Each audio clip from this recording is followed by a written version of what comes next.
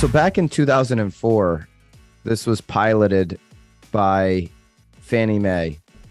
And obviously, anytime people hear any mortgage product that was out back in 2004, Fannie Mae started buying 40-year fixed rate mortgages after launching a pilot program in 2004 with credit unions. Anytime people start hearing those things, it gives them more fuel for what so many, especially national headlines, seemingly are rooting for. Some fall off the cliff real estate crash.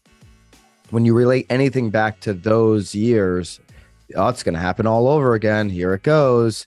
Look at the 40-year fixed rate mortgage is back. This is going to happen again. And so what is happening now and what happened then? All right.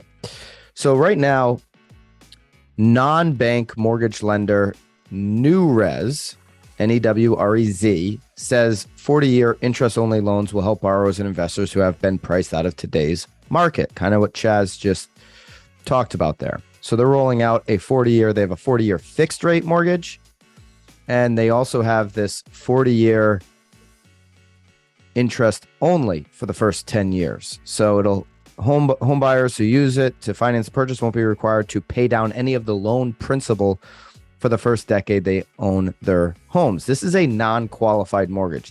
It's non-QM.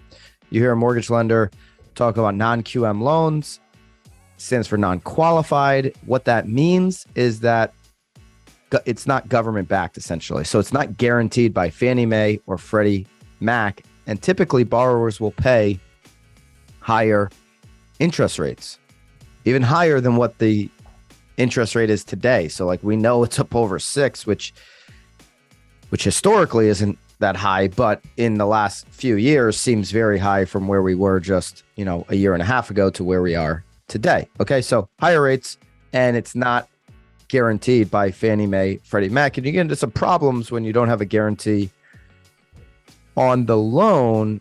If you're just a first-time home buyer, you're just an average person looking for a home, you can get tricky if things happen with these banks. And that happened back in 2004, 2005, 2006, where some of these banks went under. They were calling people's loans.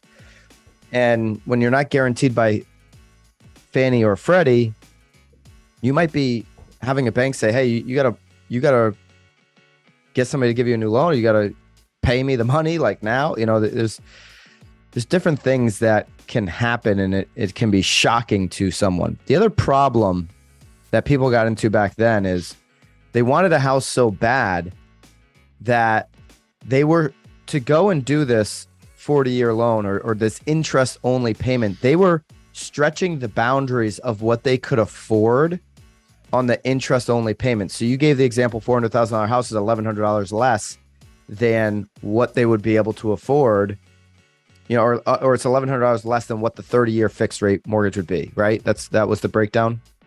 Pretty much, yeah. That would be like your just principal-only payment. So what you had back then was you had people saying, well, I can afford that payment now, meaning the interest-only payment, and I'll figure it out later. I'll start making more money.